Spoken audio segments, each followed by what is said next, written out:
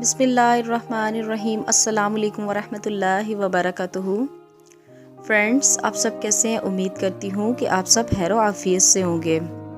Friends, आज मैं आपके लिए एक नई वीडियो लेकर आई हूँ, हवा में परिंदा देखना। जो लोग हवा में परिंदा देखते हैं, इसकी क्या तबीर है, आज इस वीडियो में आपके सामने मैं ज़रूर शेयर करूँगी।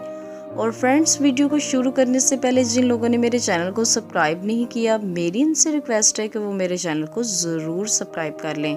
और अगर आपको मेरी ये वीडियो अच्छी लगे, इसे लाइक भी कर दीजिएगा।